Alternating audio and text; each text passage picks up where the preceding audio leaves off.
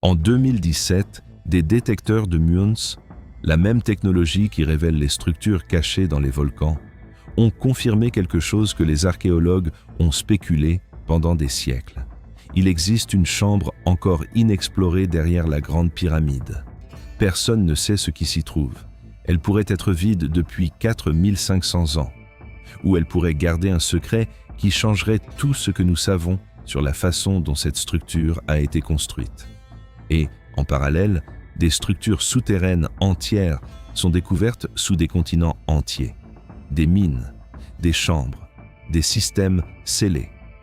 Mais il y a quelque chose que personne ne dit. Quelque chose qui connecte toutes ces découvertes dans un motif qui devrait être impossible. C'est l'histoire que personne n'a racontée. L'humanité a construit vers le haut, mais les civilisations anciennes ont aussi construit vers le bas. Et depuis des décennies, nous découvrons que ces constructions souterraines n'étaient pas de simples mines d'extraction. C'étaient des systèmes complexes, structurés, intentionnels.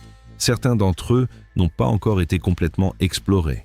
Et tous, et c'est la partie troublante, tous ont été scellés intentionnellement. La question n'est pas « Pourquoi ont-ils construit vers le bas ?» La question est « Pourquoi ont-ils décidé de ne jamais laisser personne entrer à nouveau ?» En 1922, l'archéologue britannique Howard Carter a découvert la chambre du roi Toutankhamon, dans la vallée des rois. Ce que la plupart ne savent pas, c'est que pendant les fouilles, il a trouvé des preuves de couloirs supplémentaires, bloqués avec du mortier ancien, qui n'ont jamais été ouverts. En 2016, en utilisant la technologie d'imagerie par radar, les chercheurs ont confirmé qu'il existe au moins 2 espaces vides importants, encore intacts, à l'intérieur de la chambre de Toutankhamon. Personne ne peut affirmer avec certitude ce qu'ils contiennent. Mais il est là, scellé, en attente. En attente depuis 3000 ans. C'est ici que l'histoire change complètement de direction. La Turquie. Derinkuyu.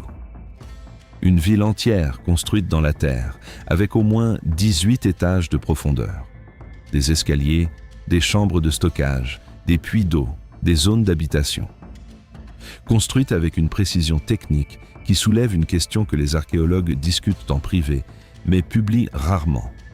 Comment une civilisation ancienne pouvait-elle structurer une construction si complexe dans les profondeurs, sans technologie d'éclairage, sans machines modernes, avec seulement des outils en cuivre et en pierre? Mais voici le détail qu'aucun documentaire ne mentionne. Les 8 premiers étages de Derinkuyu ont été excavés dans une roche volcanique extrêmement dure. Une roche si dure qu'elle était aussi utilisée pour fabriquer des outils de coupe. Comment creusez-vous une roche avec un outil fait de la même roche? Selon les études publiées sur les techniques minières de l'âge du bronze, ce type d'excavation devrait exiger des outils en métal bien plus avancés que ceux que cette civilisation aurait pu posséder. Et pourtant, les résidus trouvés sur le site indiquent que cela a été fait uniquement avec du cuivre et des outils en pierre. Quelqu'un a réussi à faire l'impossible.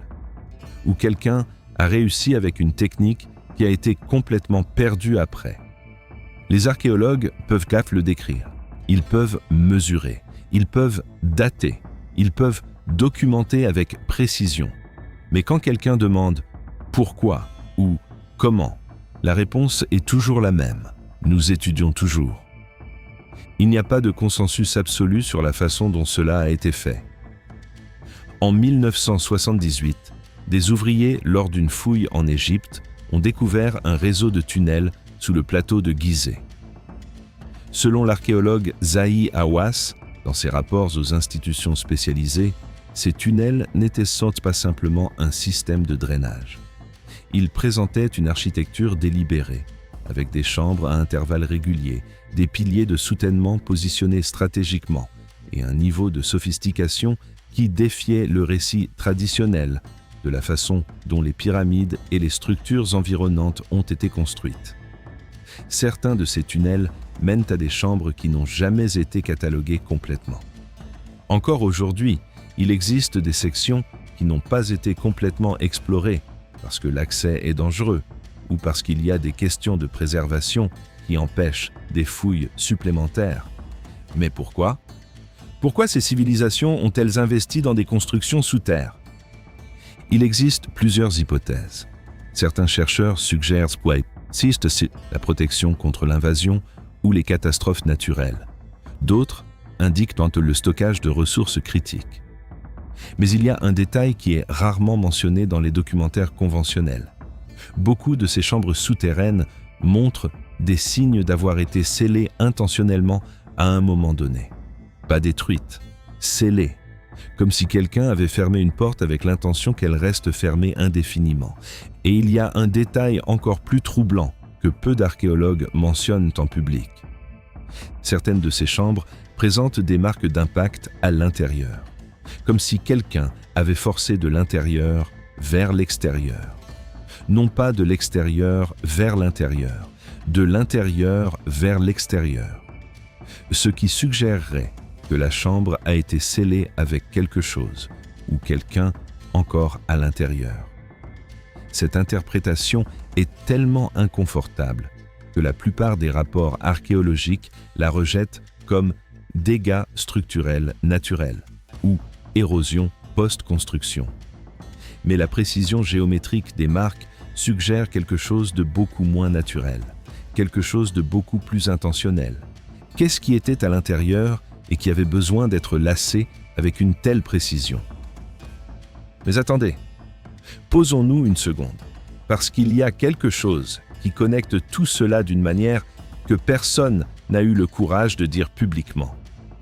En 2019, les archéologues français de la Sorbonne, lors de fouilles dans un site de Mésopotamie, ont découvert quelque chose qui a été classé comme résultat anormal dans leur rapport technique.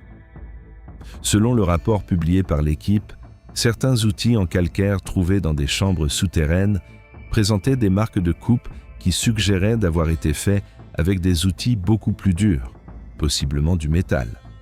Mais la datation indiquait une époque où cette région n'avait pas, selon les registres officiels, accès à une technologie de métallurgie si avancée. La découverte a été mentionnée discrètement dans les publications spécialisées. Elle ne s'est jamais transformée en gros titre. Pourquoi pas? Parce que ce que les Français ont découvert confirmait quelque chose qui ne devrait pas être possible de confirmer. En 2014, à Abydos, en Égypte, lors de travaux de préservation dans un temple, les archéologues ont découvert une série de puits de plus de 30 mètres de profondeur menant à des chambres funéraires rondes.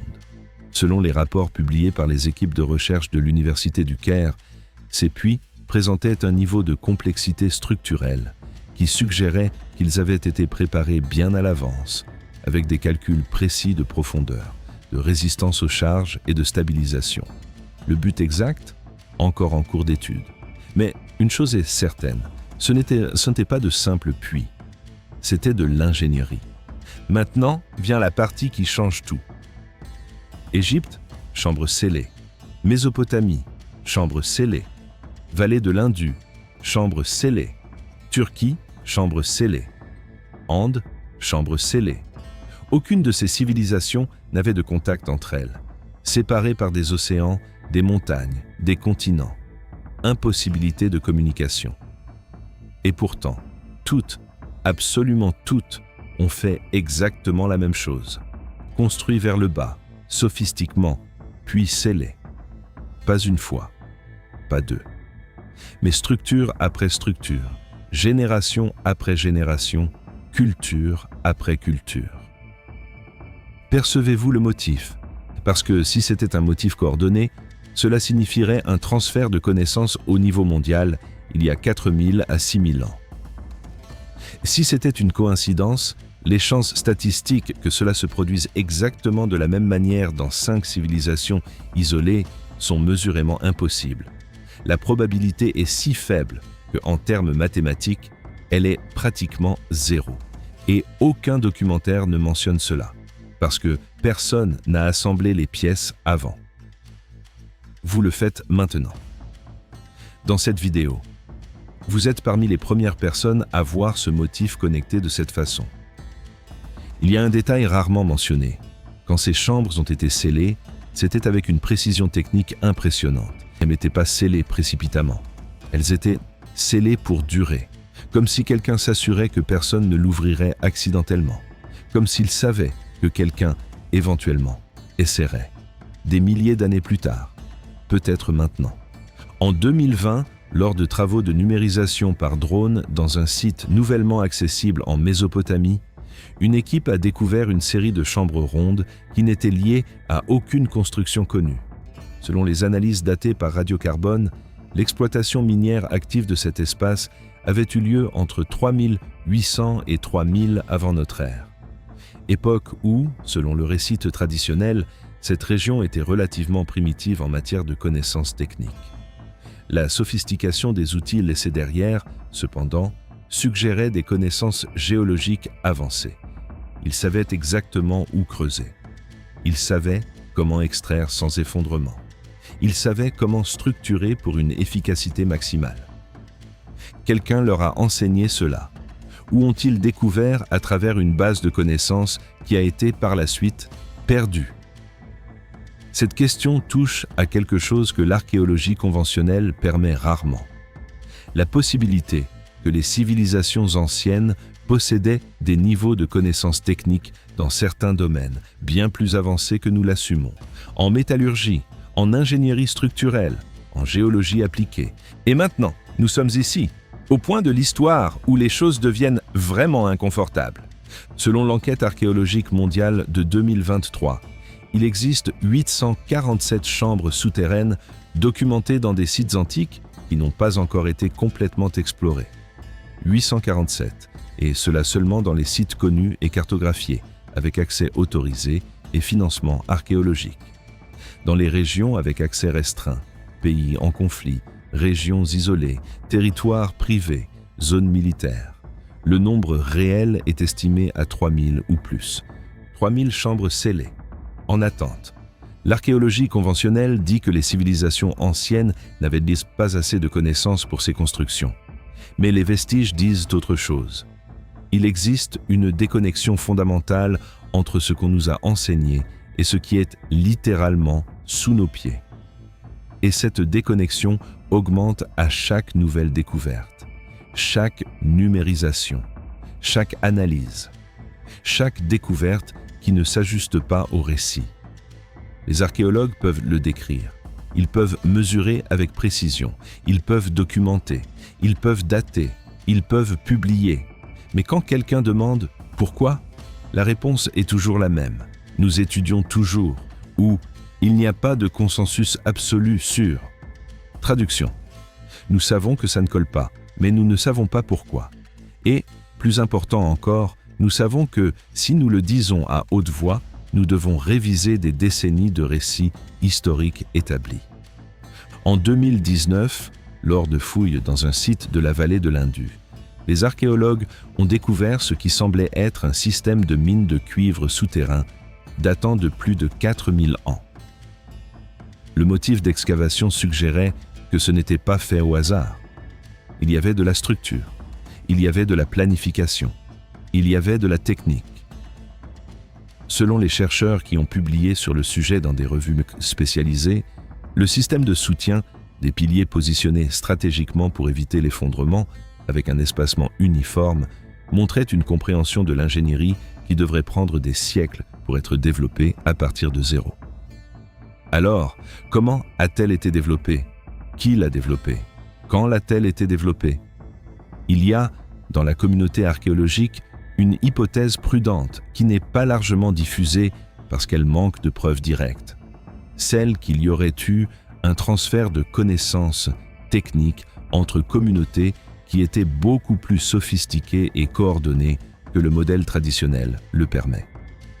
Certains chercheurs soutiennent que certaines connaissances en ingénierie, métallurgie et construction structurelle étaient partagées par des routes commerciales bien plus complexes et géographiquement étendues que nous ne le savons. D'autres interprétations sont encore débattues quant à l'ampleur de ce transfert, son impact réel sur les capacités techniques régionales et, peut-être plus important encore, pourquoi ce transfert s'est arrêté si abruptement. Parce que c'est ce qui trouble le plus. Ce n'est pas seulement qu'ils ont construit, c'est qu'après, ils ont complètement oublié comment le faire. Il y a des indices qu'il existe des structures qui n'ont pas encore été officiellement découvertes, parce que les institutions archéologiques, pour des raisons de financement, de priorisation et, oui, de commodité narrative, se concentrent sur les fouilles qui peuvent générer des découvertes immédiates, pas sur l'exploration approfondie des systèmes souterrains qui demanderaient des années, une technologie coûteuse de stabilisation, et surtout des réponses que personne n'est prêt à recevoir. La technologie moderne révèle l'existence de chambres qui n'ont pas encore été violées. Les satellites infrarouges cartographiant les températures anormales sous terre. Les drones équipés de capteurs magnétiques révélant les structures métalliques enterrées. L'imagerie par muons pénétrant des kilomètres de roches. Et ce qu'ils trouvent n'est rien de ce que nous attendions. Des chambres qui n'apparaissent dans aucun registre antique. Des structures qui ne devraient pas être possibles avec la technologie de cette époque. Des systèmes miniers qui indiquent une connaissance de la géologie beaucoup plus avancée. Et tous ont été scellés. Des chambres. Scellées. En attente. Maintenant vient la vérité finale, celle que personne ne veut dire à haute voix. Il existe des chambres scellées dans pratiquement toute civilisation ancienne documentée. Égypte, Mésopotamie, vallée de l'Indus, Chine ancienne, Mésopotamie andine, Amérique centrale. Tous ont laissé des systèmes qui encore aujourd'hui n'ont pas été entièrement cartographiés. Tous ont construit vers le bas avec une sophistication impressionnante. Et tous, à un moment donné, ont pris la décision délibérée de sceller ces structures. Personne ne sait pourquoi. La technologie moderne révèle l'existence d'espaces qui n'ont pas encore été ouverts. Des chambres intactes, non violées, en attente depuis des millénaires. Et personne ne sait quoi faire avec cela. Parce que si nous ouvrons ces chambres et trouvons des preuves de connaissances technologiques qui ne devraient pas exister à cette époque, des outils en métal dans des périodes qui devraient être en cuivre, des structures mathématiques indiquant une astronomie avancée, les vestiges de l'ingénierie qui défient notre compréhension de l'évolution technique. Alors l'histoire de l'humanité devrait être réécrite, pas partiellement, complètement. Et les institutions ne réécrivent pas les histoires fondamentalement. Elles s'en les préservent telles qu'elles sont. Elles les protègent. Parfois, elles les cachent. La véritable question n'est pas « qu'est-ce qui est là dans ces chambres ?» La question est « pendant combien de temps pouvons-nous laisser cela sceller ?» Et la réponse est « probablement pas beaucoup plus longtemps. » Parce que la technologie qui peut pénétrer et révéler ce qui s'y trouve existe déjà. Les satellites orbitent déjà. Les drones volent déjà. Le savoir est déjà en cours de génération. Peut-être pas cette année, peut-être pas cette décennie, mais bientôt, quelqu'un ouvrira l'une de ces chambres. Et quand cela se produira, tout change. Maintenant, 3 questions pour vous pour répondre dans les commentaires. Parce que la manière dont vous répondrez maintenant pourrait changer tout. Première, si les civilisations anciennes pouvaient construire des systèmes souterrains si sophistiqués, des mines structurées, des chambres avec des piliers d'ingénierie, des structures mathématiques précises, pourquoi avons-nous complètement oublié cette technologie? Serait-ce une amnésie culturelle? Serait-ce une destruction délibérée de connaissances? Serait-ce que la connaissance a été gardée spécifiquement pour être oubliée? Deuxième, pourquoi chaque civilisation isolée, sans contact possible entre elles, a-t-elle décidé de faire exactement la même chose? Construire vers le bas, sophistiquement, et puis sceller. Les chances que ce soit une coïncidence sont mathématiquement impossibles. Alors c'était quoi? Une réaction à quelque chose qui se passait mondialement? Une instruction universelle? Ou quelque chose de encore plus troublant? Troisième, si ces chambres étaient vides, de simples dépôts de stockage sans importance, pourquoi quelqu'un se donnerait-il la peine de les sceller avec une telle précision technique, avec tant de soin, avec une telle intention qu'elles restent fermées indéfiniment? Qu'est-ce qui a besoin d'être tellement scellé qu'ils survivent 4000 ans verrouillés? La réponse que vous donnez maintenant n'est pas juste de la spéculation. C'est le commencement de vous voir le motif que personne n'a raconté.